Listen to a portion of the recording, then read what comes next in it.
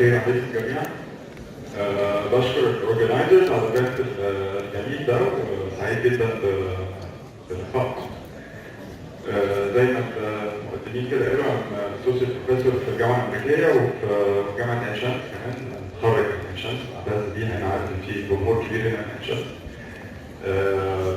التوك دي عن عنوانها Architecture of the Post-Digital between Emergence and Economy. هنبدأ إن شاء الله.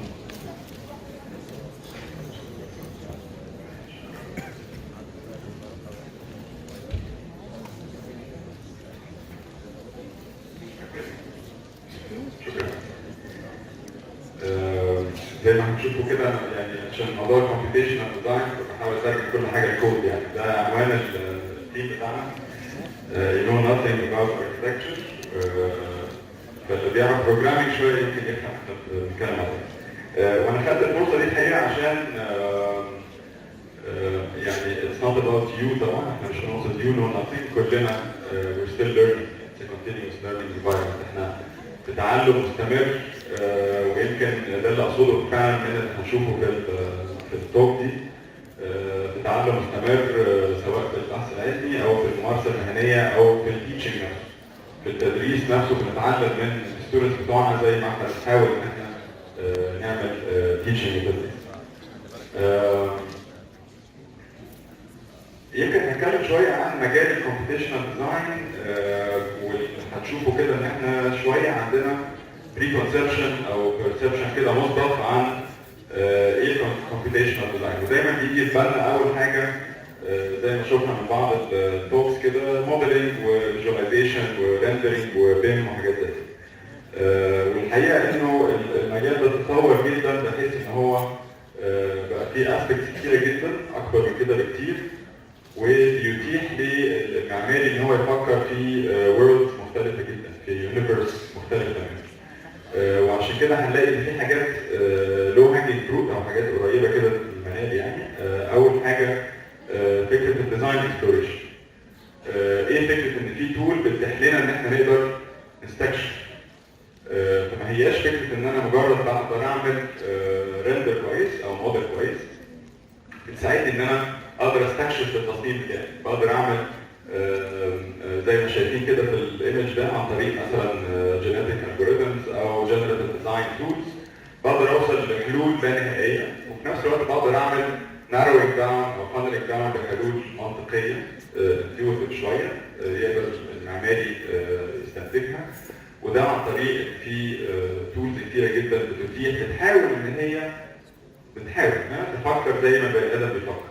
ودي طبعا صعبه جدا لانه زي ما بيقولوا كده على الكومبيتيشنال تولز كلها جانك ان جانك اوت. هتديله حاجه جانك هيطلع لك جانك. الانبوت مهم جدا عشان نقدر نطلع حاجه مينينجفول في الاخر من التولز اللي زي كده. بس دي اول حاجه من الحاجات اللي بالي لو هانجينج فروت او نقدر نقول ان هي التولز دي بتحل.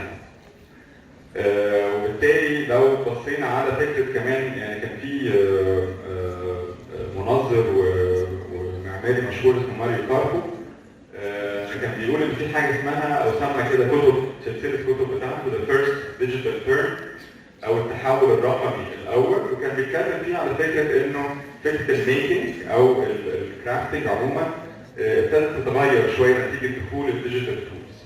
وبالتالي بقينا بنتكلم على الجمع ما بين الفيزيكال ميكنج او الكرييشن زي ما بنعمل مودلز فيزيكال مودلز مع دخول الديجيتال تولز ابتدى يبقى فيها نوع من انواع الاختلاف شويه. ففكره الميكنج اختلفت. وبعدين نتكلم كمان على حاجه اسمها السكند ديجيتال تيرن او التحول الرقمي الثاني. وبيقول ان ده بيتيح لنا اكتر فكره الثينكينج نفسها بقت مختلفه. فبقى في حاجه اسمها الديزاين ثينكينج نفسه ابتدى يختلف، تفكيري في التصميم بقى مختلف. وبالتالي حاجه زي الالجوريثميك ثينكينج او التفكير بطريقه الالجوريثمز او الالجوريثم طبعا في صورته المبسطه هو مجموعه خطوات بتتم ورا بعض ستيب باي ستيب بروسيجرز. وما هي الا كده فعلا في الكومبيتيشنال تولز. المهم ان انا فعلا افكر في الاول. فبالتالي المعماري عليه ان هو يفكر في الخطوات دي وهو اللي بيوفرها فعلا للكمبيوتر. مش هيطلع له حاجه يعني ما ينفعش يبقى هو سليف للتول. لازم انا افكر وابتدي امبث المعلومات اللي عندي والبروسيس اللي عندي كديزاين في التول بتاعتي. وبالتالي لو بصينا على حاجه زي المثال بتاع البيرد نست المشهور في الصين ايام الاولمبيكس في 2008، دي بروسيس بسيطه جدا لعمليه الالجوريثميك ثينكينج، الخطوات المتبعه عشان اوصل للفيري كومبلكس جيومتري اللي موجوده في حاجه زي كده. بتتيح لنا ايه تاني التول؟ بتتيح لنا فكره التقييم، او ان اقدر اعمل تيستنج متواصل لمجموعه الاوبشنز او مجموعه الاختيارات التصميميه اللي انا بعملها او البدائل التصميميه، وبقدر اعمل تيستنج متواصل حاجات انفايرمنتال مثلا او سواء داي لايتنج او غيره او بيرفورمانس بيز ايشوز، وبقدر اعمل عمليه تقييم متواصل للكلام ده بحيث ان انا اعمل انهانسنج للتصميم بتاعي. فدي من الحاجات برضو اللي بنلاقيها فيري هاندي. ممكن يكون الكلام ده عن طريق تحليل انشائي كمان مش بس انفايرمنتال، ممكن يكون مجرد فكره ان انا يبقى عندي، طبعا مش عايز تبصوا في الارقام بس فكره الاكسس للداتا، فكره ان يبقى عندي داتا وسهوله الوصول للاكسس زي ما سمعنا في المحاضرات اللي فاتت عن البي اي ام، وسهوله الاكسس لمجموعه هائله من الانفورميشن. لو بصينا على يمكن نقله كده شويه، لو بصينا على لابس بره زي MIT ميديا لاب مثلا، هنلاقي ان دي مجموعه من الاقسام اللي موجوده في الميديا لاب، والميديا لاب هناك هو هاوس جوه سكول اوف اركتكتشر، فهو لاب مشهور جدا بيهتم بحاجات تكنولوجيكال عاليه شويه، بس هو كمان متداخل مع مدرسه العماره. لو بصيتوا على الترمينولوجيز او الترمز الاقسام دي نفسها اسمها ايه، هتلاقوا حاجه اسمها مثلا افكتيف كومبيوتنج، بايو ميكاترونكس، ديزاين فيكشن، كلام كله بيدل على الانترديسيبليناريتي او ازاي الاركتكتشر فعلا زي ما سمعنا قبل كده في محاضره الدكتور حمد. العمليه ما بقتش ما اقدرش انا معماري اشتغل لوحدي، في انترديسيبلينز بتخش مع بعض، ممكن لدرجه ان انا ممكن يبقى في ناس هنا من بيولوجي، من ميكانكس، من ميكاترونكس، من ماثيماتكس، حتى من فيزيكس اند سو، وده هنشوفه حتى في بعض الامثله اللي هبتدي عليها. روبوتس، ميديتد ماتر، مولكيولر ماشينز اند سو، وبالتالي ده بقى النهج اللي بقى موجود في لابس كتيره بره. هفترض بقى ان انتوا خلاص خدتوا السكولرشيب اللي علي قال لكم عليها وسافرنا الحمد لله، فعايزين نشوف ايه اللي ممكن نلاقيه بره في لابس بره، وطريقه التفكير اللي ممكن تكون مختلفه شويه في تناول بعض الافكار المعماريه. لو بصينا على الاركتكتشر كونفرنس اللي لسه يا دوب بيبتدي من السنه اللي فاتت كيف في اوكرانيا، ذا بيجست اركتكتشر كونفرنس اون ايمرجنج تكنولوجيز اللي هو اسمه فيوتشر اوف اركتكتشر، هنلاقي فيه حاجات كتيره مختلفه ابتدت تخش زي الدرونز والروبوتس، ارتفيشال انتليجنس وماشين ليرنينج، ابتدت تخش في المين ستريم براكتس بتاع الاركتكتشر، وبالتالي العمليه ابتدت تختلف شويه كتكنولوجي كده، ابتدى يبقى فيه امبيدد تكنولوجي جوه اركتكتشر كابلكيشن كريسيرش. في بعض الستبس اللي ادت للقصه دي، وهنلاقي في بارادايم شيفت ابتدت تحصل في تطور الديجيتال تكنولوجي ان جنرال. بنسمع كتير عن البارامتريك ديزاين والبارامتريك موديلنج، لكن هو شخصيا ابتدى يتطور كمجال. فلو نسمع عن باتريك شوماكر اللي هو شريك طبعا ذا حديد، وهو دلوقتي المين اللي ماسك يعني ذا حديد اسوسيتس، هنلاقي ان هو انتروديوس شويه فكره واتس كولد بارامتريسيزم از ا تيرم، وطبعا فكره بارامتريسيزم او الاسم اللي في الاخر دي دايما بتودينا لفكره الستايل، مودرنزم، بوست مودرنزم، ليت مودرنزم، وبالتالي الراي بتاعه كان معظمه في فكره ان البارامتريسيزم ده ستايل بتاع اركتكتشر معين. طبعا الناس هاجمته شويه وابتدى يبقى في ديبيت لطيف كده في الديسكورس المعماري عن هو البارامتريك ديزاين او البارامتريسيزم ستايل اور ميثود، هل هي تراث او طريقه تصميم معينه، يعني لازم لما حد يشتغل بارامتريك ديزاين لازم تبقى الحاجه عامله كده، لازم تبقى اورجانيك وفري فورم وكده، ولا is it just a method او منهجيه ممكن اطبقها على مبنى عادي زي كده بروجكت اورثوجونال وريجن وكل حاجه. فابتدى في ديبيت لطيف في الحته دي، وبالتالي الفكر كله ابتدى ينتقل من فكره الستايل والمورفوجينيسيس انتو ايدياز اوف ان البارامتريك ديزاين ده ميثود للفلكسبيليتي والمانيبيوليشن والتعامل مع التصميم بطريقه فيها بتتيح كرييتيف ديزاين اكسبلوريشن، بتتيح نروح يستكشف الديزاين بطريقه خلاقه شويه، وبتتيح emergent ideas. emergent بمعنى unpredictable، الحاجات كلها مش متوقعه. اوكي، وبالتالي ابتدى الفكر شويه يروح لفكره الثينكينج والتفكير في التصميم، وانها بتتيح له حاجات وورلدز مختلفه تماما، حاجات مش قادر الهيومن بروسيسنج العادي قادر يعملها، بس بتتيحها له كوسيله جديده. الى ان كمان ابتدينا نخش في عالم اخر من الجينيتيك الجوريثمز والتواصل مع performative ديزاين او performance based ديزاين، التصميم المبني على الاداء، والخلط ما بين الجنريتيف والبرفورماتيف في الحاله دي ابتدى يدي كمان اسيت كبيره جدا للمصمم وهو شغال. وبالتالي فكره ان انا قادر اعمل تحليل وتقييم مستمر وانا شغال في الديزاين بقت حاجه مين ستريم شويه، عكس ما انا اكون شغال in separate worlds شويه. كمان هنلاقي انه حاجه زي البيلدينج انفورميشن موديل كمان تطور من مجرد فكره الفيجواليزيشن، وان انا مجرد اشوف ال 3 دي قدامي واعمل عمليه فيجواليزيشن واخد شويه انفورميشن تيك اوف وكوانتيتي تيك اوف وفلاش ديتكشن وحاجات زي كده، وان انا اقدر اعمل اسسمنت اوتوميتد شويه او تقييم اوتوماتيك شويه للديزاين وانا شغال، الى فكره بقى اكتر كمان بدخل فيه الجرين بيم او سستينبل ايدياز، وكمان بعمل عمليه اناليسيس و ثرو اوت اللايف سايكل بتاع المبنى. وبالتالي كمان قدرت اخش في عمليه كونستراكشن اوتوميشن وحاجات زي كده. ففي تطور حاصل اصلا كمان في كل اطار من او في كل دايمنشن من دايمنشن بتاعت الكومبيتيشن ديزاين. هنلاقي طبعا فكره الديجيتال فابريكيشن اللي هي تطورت من مجرد رابيد بروتوتايبنج، رابيد بمعنى سريع شويه، وبروتوتايبنج ان انا قادر اعمل موديل صغيره، اعمل عمليه بروتوتايبس بسيطه، الى ان ده ابتدى يخش شويه كمان في لارج سكيل كونستراكشن.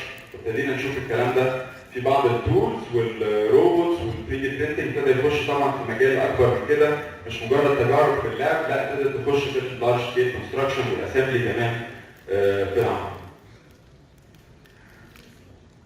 فبنبتدي نشوف مثلا اسامبلي، مثلا الروبوت ابتدى يخش في عمليه الاسامبلي للارج سكيل كونستراكشن، بريك اسامبلي، ابتدى يخش في فكره ان الماس برودكشن ابتدى يتحول من فكره ان انا اقدر اعمل مثلا بانل كلها ستاندردايز الى ان انا اعمل ماس كاستمايزيشن. قدرت ان انا زي ما بتشوفوا في اي مبنى مختلف شويه، كل ده معتمد على كاستمايز بانل وعلى حاجات تيلور جدا. فالتولز دي اتاحت الموضوع ده بصوره كبيره جدا، بدل ما انا كنت محدود بفكره ان لازم يبقى في ستاندردايزيشن وماس برودكشن لنوع واحد او بانل واحد او اثنين بكتير. وبالتالي افكار جديده ابتدت تظهر زي الديزاين في روبوتك برودكشن وحاجات زي كده. هنلاقي ان احنا ابتدينا نخش، يمكن هنخش في الدايمنشن ده بالتفصيل شويه، هنتكلم عن تجارب لينا في الجامعه وفي ابحاث وفي التدريس كمان. فكره الريسبونسيف سيستمز او الانتليجنت سيستمز اند سكيلز، وازاي ابتدت تتطور الى انها ابتدت تخش في ازاي المصمم كان بقى بيفكر في البيلدنج انفلوب او البيلدنج سكين بطريقه مختلفه شويه عشان يراعي عوامل بيئيه وعوامل انسانيه كمان متعلقه بالسبيس والستراكشر والهيومن كونتاكت، وبالتالي ابتدت دي تخش كمان في عمليه التفكير في التصميم. ابتدينا نسمع كمان عن حاجات كثيره متعلقه بالهيومانيتي سايد، فكره الهيومن سنترد كومبيوتنج او الهيومن كمبيوتر انتراكشن، او فكره الفينومينولوجي التكنولوجي، ابتدت الافكار الاكسبيرينشال من الاكسبيرينس يعني بتاعت المستخدم، والهيومن سايد ابتدت تظهر اكثر. كمان ما بقاش فكره ان التكنولوجي حاجه صماء قوي او ابستراكت او ريجيد او نخاف منها او نكش منها ونحس ان هي منفصله عنها ومش قادر اتعلمها، لا ابتدت تخش كل ما عند فرونت اند بحاول اسهل او بعقد التكنولوجي بمعنى اصح، بس في نفس الوقت بتبقى قريبه من الانسان ويقدر يستعملها، بتبقى سمارت، بتبقى امبيدد في الافري داي لايف بتاعته. كل ما ده بقى انجح للتكنولوجي بدل ما هي تبقى حاجه ريجيد تماما ومنفصله عن البني ادم تماما، وبالتالي ظهر المجال ده بقوه في فكره الستاديز بتاعت الديزاين والتكنولوجي. طبعا ده مثال من احد البافيليونز اللي معموله في اي سي دي في شتوتجارت، انستيتيوت فور كومبيوتيشنال ديزاين، اللي علي يمكن كان كلمكم عنه برضه. الفكره هنا طبعا ده بافيليون معمول من كاربون فايبر وجلاس بالكونستراكشن. هتلاقوا فكره الفابريكيشن نفسها بتاعته او الكونستراكشن او المانيفاكتشرنج داخل فيها طبعا كميه ميثودولوجيز كتيره جدا، كميه ديسيبلينز كتيره جدا، تولز واكويبمنت تبدو معقده زي ما احنا شايفين. الروبوت بيخش هنا في عمليه مش بس الاسامبلي بس في الاكشوال فابريكيشن، فكأن في روبوت ماسك الخيوط دي بيعمل 3D printing on the fly، يعني بيعمل ديبوزيتنج كده ماتيريال معينه اللي هي الكاربون فايبر بصوره سائله وبيحصل لها سوليديفيكيشن وانس ان هي بتكمز كونتاكت بالهواء. وطبعا ده واخد كود من الديجيتال موديل بتاع البافيليون ده، وبيعمل عمليه نسج او شايفين كمان الدرون كمان داخل في الموضوع عشان الديستانس الكانتليفر ده طالعه، فبيحاول كمان بيأسست في عمليه الايه الكونستراكشن. فابتدت عمليه الكونستراكشن والاسامبلي والمانيفاكتشرنج ابتدت تختلف شويه. دي كلها تجارب وكلها ريسيرش بس بيحصل بقاله مده 10 15 سنه اتليست، وابتدى يخش في المين ستريم، ابتدت الناس تجرب في اكشوال ديزاين بروجكتس يعني ليتر اون. وبالتالي لو بصينا على يعني كميه التطورات او الترانسفورميشنز اللي حاصله في مجال الكمبيوتيشن ديزاين في العماره، هنلاقي ان هي دخلنا من فكره الفورم جنريشن بس الى فكره الرول بيزد اوتوميشن، او فكره ان انا اعمل قواعد معينه بتتحكم في الشكل وفي الاداء الماث برودكشن ابتدى نخش في عمليه الماث كاستمايزيشن، الهيومن سنترد ايديا، انترنت اوف ثينجز وبيج داتا ابتدت تخش في مجال العماره بصوره كبيره، وكمان لسه العمليه دي بيحصل فيها ترانسفورميشن عالي جدا في الفيوتشر كمان. ده مثال من ريسيرش كنا عملناه في الجامعه مع بعض الزملاء يعني. كانت فكرته شويه بتكابيتالايز على ازاي ادمج ما بين الانفايرمنتال بيرفورمانس ويكون عندي يعني احنا بنشتغل بالبريكس طبعا ماده البناء العاديه بتاعتنا، بس ازاي اقدر اتحكم في او اعمل اوبتمايز وول معموله بالميسونري او بالبريكس واوبتمايز السولار راديشن، وفي نفس الوقت اقدر اعمل لها اوتوميتد اسامبلي في الموقع. فده كان الاوبتيمم سيناريو بتاع الحيطه دي، بحيث ان هي تبقى فيها اكستروجنز، فيها تكستشر وول شويه، فيها اكستروجنز مدروسه بالسيميوليشن بحيث ان هي تبقى بروفايدنج ماكسيمم شيدنج وبتقلل شويه من السولار هيت جين للمبنى من الداخل، وفي نفس الوقت بنكابل الكلام ده مع الكود بيقدر في نفس الوقت يترانسليت الكلام ده للروبوتك اسامبلي بتاعت الحائط. ده كمان مثال تاني من برضه شغل كنا عملناه بالروبوتك سيميوليشن، بحيث ان احنا لما بتشوفوا اي مثلا مبنى زي جوجنهايم بالباو مثلا بتلاقوا ان كل بانل شكل مختلف، ما هياش ستاندرد بانل.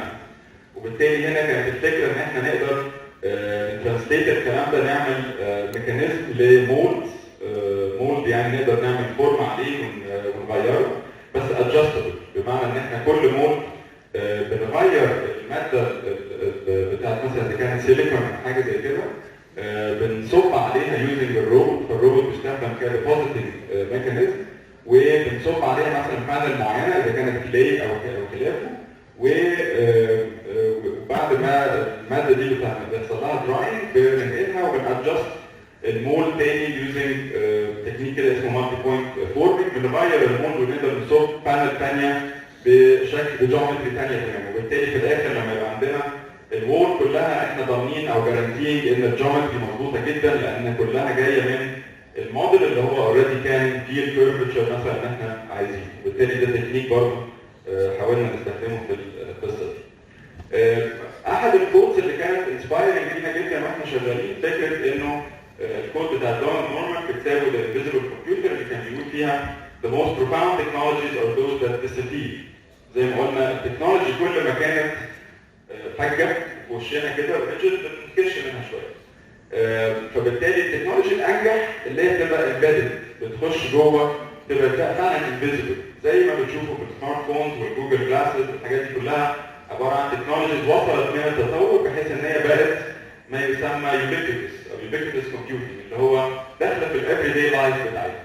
ما بقتش حاجه انا مضطر اروح لجهاز معين عشان شغاله ده اوريدي بقت مش في التفكير بتاعي خلاص، هي امبيدد في الحياه العاديه بتاعتي. وبالتالي كانت احد الافكار الانسبايرنج بالنسبه لنا فكره البروجرامبل ماتر، وهي فكره جايه من ان الماتيريال نفسها ليها قابليه، اي ماتيريال ليها قابليه انها تتحرك او يبقى ليها inherent properties معينه، فيها خواص معينه تقدر تتشكل وتتحرك وتنفعني في افكار معماريه في الجيومتريز او في الفاسادز او كده. وطبعا ده عن طريق مثلا الشيب او الكثافه بتاعتها او الموديولس او الكوندكتيفيتي او اي خواص ماتيريال.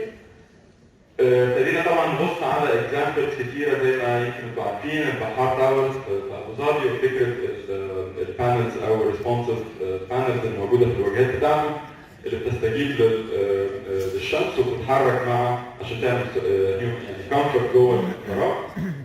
طبعا ده كله جاي من شويه الاسلاك المكعبله دي، في بدايه البروتوتايبنج خالص بنبتدي نشتغل بشويه حاجات جادجتس وحاجات زي كده، بس ابتدينا بعد كده نطور الفكر ده شويه. هتلاقوا ان طبعا في انسبيريشنز كتيره جدا ليها علاقه بفكره الدايناميك فاساد او ريسبونسيف فاساد، زي مثلا المبنى بتاع مثلا فاونديشن بتاع شانغهاي، الشاد في نيويورك، الافكار بتاعت اللاب بتاع اي سي دي كلها هتبقى موجوده في السلايد اللي على اليمين فوق. فكره الكليو جانسون سكالبتشرز او الكاينيتيك سكالبتشرز، كل الافكار دي كانت انسبايرنج بالنسبه لنا في حته ان ممكن يحصل موفمنت او كاينيتيك افكت مفيده نوعا ما للعماره، ما بنقولش ان هي نيسيسري او حاجه ممكن تبدو ان هي حاجه رفاهيه شويه او لاجيك بالنسبه لنا او في بلدنا، بس بنحاول نشوف ايه اللي ممكن نتعلمه منها. زي ما شفنا في المثال بتاع الطوب ده، كنا بنقول ده ماتيريال موجود عندنا بالطوب عادي خالص، مش هتكلف ماده ماتيريال مختلفه، بس ازاي اجيج الموضوع ده بطريقه بتولز معينه تقدر توبتمايز او تقدر تقلل من اشعاع الحراري او سولار هيت. وبالتالي طبعا الافكار دي كلها كانت انسبايرنج بالنسبه لنا ان احنا نقدر نشوف هاو تو بيلد سوفت ريسبونسيف سيستم بيعتمد على ماتيريالز موجوده حوالينا، مش مضطر ان انا اجيب حاجه مختلفه او اعمل حاجه فيري سوفيستيكيتد زي الامثله الموجوده هنا.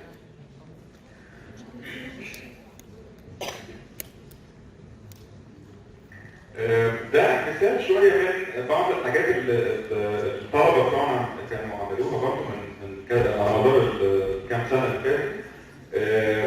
ده جزء من شغلهم، وكانوا يبتدوا يفكروا في بروتوتايبنج، كانوا بيعملوا تجارب صغيره كده بالاردوينو او بالمايكرو كنترولر، يعني بيبقى فيه سنسورز واكتويتورز او موتورز بتعمل نوع من انواع الحركه، بيحاولوا يسيميوليت وضع معين، بيحاولوا يشوفوا انسبيريشنز معينه ممكن تكون من خلال مثلا افكار المشربيه العربيه، مثلا ممكن تكون من افكار ليها علاقه بيه، كمثلا ده الاكزامبل الانتراكتيف مشربيه مثلا، فبيحاولوا يشوفوا سامبل اوف بانل، فساعات بانل تكون واحده من افكار المشربيه بس معموله بطريقه انوفيتيف شويه، ممكن يكون فيها نوع من انواع الدايناميك موشن، وتعتمد في الفكر بتاعها على افكار المشربيه اصلا اللي هي كانت معتمده على ان فيها جزء بيخدم الفنتيليشن وفيها جزء بيخدم البرايفسي وجزء بيخدم الداي لايتنج كمان، والفتحات كلها كانت مدروسه بطريقه معينه ان هي كل برسنتج من دول له علاقه فعلا بدايمنشن من دول.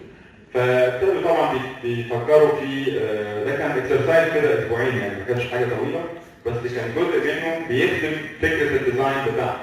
فبيعملوا الموضوع ده بدري شويه في الاستوديو بحيث ان هم ممكن يفكروا ازاي الكلام ده ممكن يبقى انسبايرنج بالنسبه لهم في تصميم المشاريع بتاعتهم اكشلي في الاخر، وممكن ازاي يغير طريقه التعامل معاهم او الثينكينج في الديزاين بروجكت، ويفكروا في حاجات اون ذا سايد ليها علاقه بالشيدنج باترنز والجيومتريز وتاثير اللايتنج والكلام ده كله زي ما وضح في شويه الاكزامبل.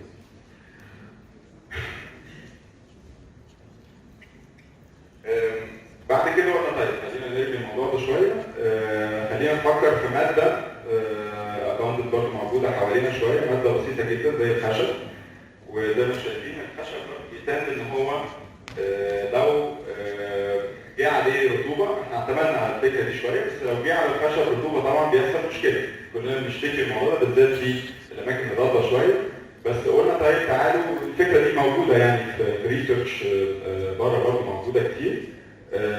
وابتدينا ناخدها بطريقه شويه ازاي تنفعنا في الانفايرمنت بتاعنا.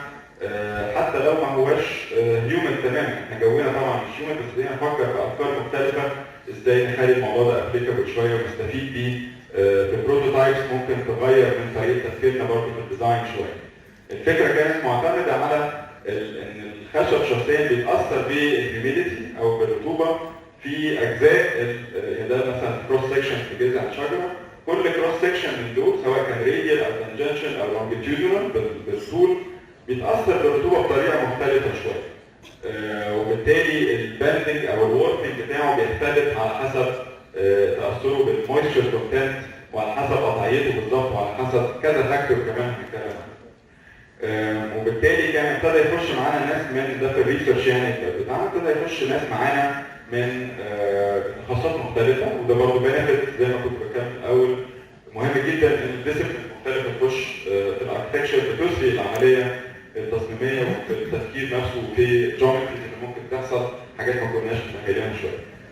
فابتدى يخش معانا ناس من ستراكشر ميكانكس ومن فيزيكس ومن سيفل انجينيرنج، ابتدينا ندرس ازاي الكلام ده ممكن يكون.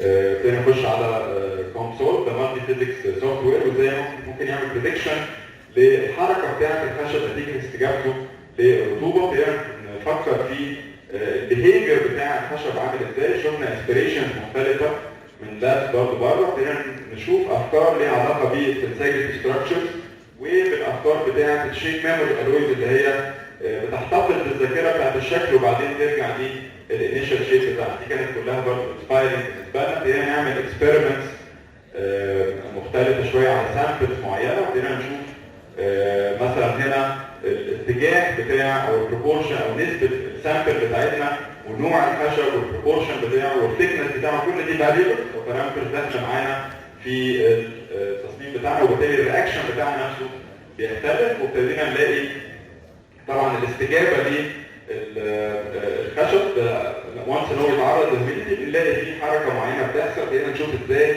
نستغل الكلام ده في التصميم بتاعنا. عملنا برضه افردنا الكلام ده في ماتريسز كده واكسبيرمنتس مبدئيه، وشفنا ممكن ايه انواع الجيومتريز اللي ممكن تطلع منها. ورجعنا تاني للبريسيدنس بتاعه المشروعيه اللي هي كانت اتطبقت اوريدي في مشاريع كبيره عالميه زي مشاريع جون نوبل، معهد العالم العربي، وبالظبط اللوفر.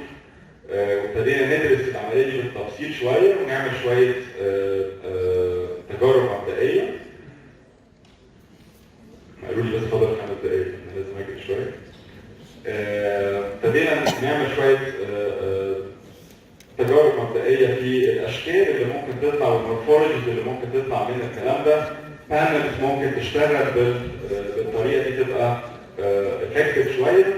ابتدينا ندرس الموضوع من حيث الموشن نفسه، وايه اللغه اللي ممكن اللانجوج اللي ممكن نطلعها من حاجه زي كده، ونشوف ايه البارامترز المعينه اللي بتتحكم فيه زي الهايت بتاع الديفليكشن واللينث والثيكنس والكلام ده كله، وندخل الكلام ده كله في سيستم ازاي نقدر نتحكم في الكلام ده كله. نشوف انواع الخشب الاسبكت ريشيوز بتاعتها، اللاير ممكن لو عندي كروس لامينيشن او طبقه فوق طبقه ممكن اعمل عمليه ريجوليشن، لان انا بفهم كل طبقه بتتحرك ازاي وبسرعه قد ايه وفي وقت قد ايه، فممكن التحكم ده يبتدي يديني انسبيريشن كمان للديزاين. عملنا تجارب تشامبرز ببلاطه كده هيوميديتي تشامبرز، وعملنا لامينيشن بجلو كده ووتر ريزيستنت، والميثودولوجي بقى اللي هي كلها عباره عن ايمج اناليسيس، بنشوف بس ازاي الكلام ده بنقدر نربطه ازاي في جرافيكال انترفيس مثلا في جراس هوبر، ونقدر ازاي نبريدكت الموشن دي. ودي نوع من انواع يعني شويه باترنز او تكنيكس ابتدت تظهر معانا في الديزاين بتاعنا نتيجه الايرلي اكسبيرمنتس. حاجات بقى بتعتمد على الهنج مثلا فيرسز الممبر نفسه. هنا مثلا كان كل ممبر منهم معمول له ويتنج بطريقه مختلفه، سواء كان السامبل على انجل مختلفه او على اورينتيشن مختلف او سنجل لاير او دبل لاير وهكذا. وبالتالي دي ورك شوبس، عملنا كذا ورك شوب هنا وفي برينستون، جامعه برينستون مع الكولابوريتورز بتوعنا، ومع جامعه روما تري كمان في ايطاليا.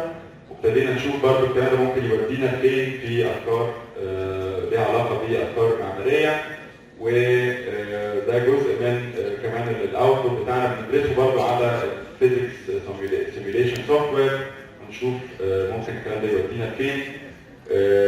طبعا مش عايز ادخلكم بقى في المعادلات، بس اتس كومبليكيتد بروسس، بنحاول نبريدكت الموشن بالظبط و نفكر بافكار مختلفه. وابتدينا نطلع لها لانجوج، نشوف الكلام ده ممكن فعلا يتحط له كده سيستم، واقدر اقول ان انا فعلا لو عايز مثلا نسبه شيدنج معينه في الفراغ، او عايز نسبه لايتنج تخش الفراغ بطريقه معينه، يبقى لازم الفاريبل بتاعتي تكون كذا وكذا وكذا. دي كانت الفكره باختصار، وهسيبكم كده مع الفيديو الاخراني بس يمكن دقيقتين بيوري جزء من البروسيس دي في عمليه الادابتيف بيلدينج سكيلز او ريسبونسيف سكيلز. زي ما قلنا بيعتمد على البروبرتيز بتاعه الخشب او الهيدروسكوبيك بروبرتيز. ده جزء من الورك شوب اللي عملناها. برضه مفيش يعني اسبوع او اسبوعين يعني في الطلبه بتوعنا كنا عملنا ورك شوب مبدئيه في برينستون لماستر ستودنتس في اركتكتشر وانجينيرنج، وبعدين جبنا الناس اللي كانوا من الورك شوب دول والبروفيسورز اللي كانوا اشتغلنا معاهم، وعملنا ورك شوب عندنا في الجامعه حوالي 30 اندر جراديويت يعني ستودنتس في الاركتكتشر، وكانوا بيحاولوا يخرجوا بيه شيبس او باترنز للفساد بتاعتهم. كانوا خلاص خلصوا المشروع التصميم بتاعهم، كانوا اوريدي في الصيف كوندنس سمستر يعني 6 اسابيع بس، وخدوا اسبوع او 10 ايام كده بيحاولوا يخرجوا بتصميم للبانل بتاعتهم معتمده على فكره الهيدروسكوبيك بروبرتيز بتاعت الخشب. نفكر بقى بافكار ثانيه ليها علاقه بيه. طب لو الكلام ده اتطبق بطريقه فعليه، ازاي ممكن نستيميوليت الرطوبه دي؟ في ماتيريالز ثانيه ممكن تفرز هيوميديتي نتيجه ان هي بتتعرض للحراره، وبالتالي ممكن يبقى في ميكانيزم او سيستم متكامل شويه بيعتمد على تمبرتشر، بس في الاخر بيعتمد على لو انا عملت مثلا لامينيشن لخشب فينير مع ميتال ستريبس مثلا، وبالتالي السيستم ده على بعضه شغال ان هو بقى ريجيد وفي نفس الوقت ستراكشرلي شايل نفسه شويه، بس في الاخر بيستجيب للرطوبه والحراره مع بعض، وبالتالي ممكن ينفعني في الهوت ايلاند انفايرمنتس بتاعتها بطريقه مختلفه شويه. ده الفريق بتاعنا عشان بس نبقى فيه ميشن، وده الكولابوريتورز بتوعنا في برينستون يونيفرستي رومان تري. الفكره كلها ان احنا بنحاول ان احنا بس نشوف ابعاد مختلفه لما بعد الديجيتال.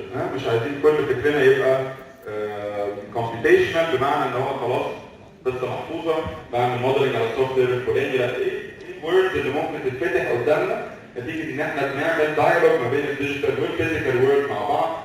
ازاي ندخل الكلام ده بصوره تبقى مفيده للمصمم ان هو يقدر يفكر بطريقه انوفيتيف اوت اوف ذا بوكس شويه، بدل ما هو محدود بالتولز اللي قدامه. شكرا جدا.